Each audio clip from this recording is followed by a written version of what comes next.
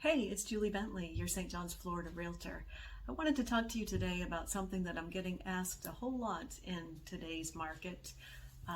As we know, it's a seller's market here in Northeast Florida. I've had lots of people who own homes and wish that they could sell now, take advantage of this market and sell, but they either have no place to go or they need to sell their home in order to buy a new one, and they're afraid they won't find that they'll sell their own and won't be able to find one that they want. So would seem like that would be a big problem, and it is concerning some people, but there are solutions, and that's what I wanted to talk to you about for a minute. So let's say that you own a home in St. John's, Florida or nearby, and you're seeing what's happening in the market and you have good equity in your home and you've decided it's time to downsize or upsize or relocate, whatever it is, but you need the funds from your existing home. You need that money to buy in order to buy a new home.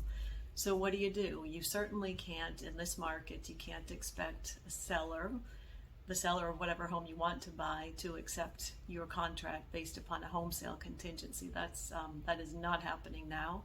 So that's off the table, but there are some solutions. Let me talk to you about a few of them. One is, if possible, and this isn't for everybody, but you could sell your home and move into a rental home or apartment, or there are corporate apartments, Airbnbs. I've had customers stay in Airbnbs for a couple of months while they went house searching. I had a seller last summer who sold their home and went and lived on their sailboat for a little while until they found a place to live, a place to buy. So those are some options.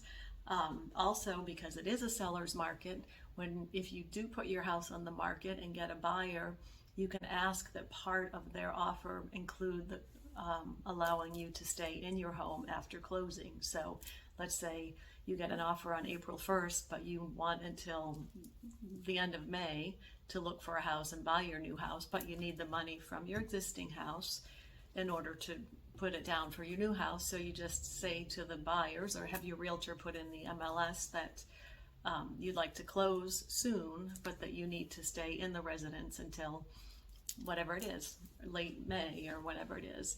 And I'll tell you a little secret about that. That's called a lease back.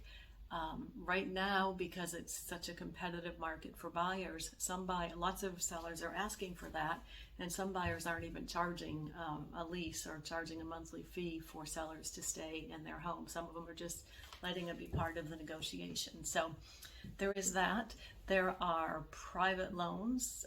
Some of you may have heard of bridge loans. Those were a thing a while ago, several years ago. There are still private investors that will loan you money on a short-term basis. You will pay a fee for it. There's a service charge, percentage point or whatever it is, and the interest rate is higher. I know I had looked into one for a different customer a couple of weeks ago, and it would be a 6% interest rate, but they were they were only using the money for 6 months, so it wasn't that bad. There was 6% interest rate and then maybe a half a point fee or something like that. So for some people, that price may be worth no inconvenience of having to move twice or anything like that. Finally, one thing that you've probably heard of, if you pay attention to real estate at all, there are all kinds of iBuyer programs out in the market, the big companies that will come in and buy your home or lend you money for your home or what have you. There are several that have really good plans that I have worked with several of them on behalf of sellers that I've worked with.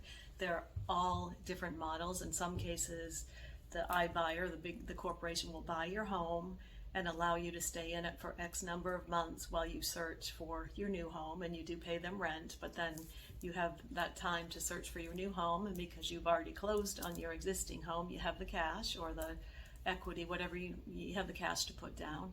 Another model is there's a company who will buy the new home, the home that you're looking at. They'll go buy it outright for cash while you still live in your current home, and then you list your home and sell your home, and the iBuyer will sell the new home back to you. You'll buy it from them with the proceeds from your previous house and whatever other money or financing you need.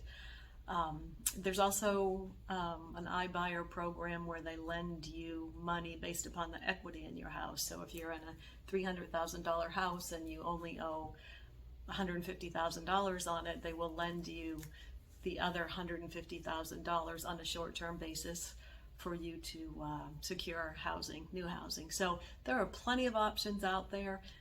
If you have a home and you'd like to take advantage of this market and you'd like to talk more about these iBuyer options or loans or leasebacks, give me a call. I have helped quite a few people through it, and I'd love to help you too.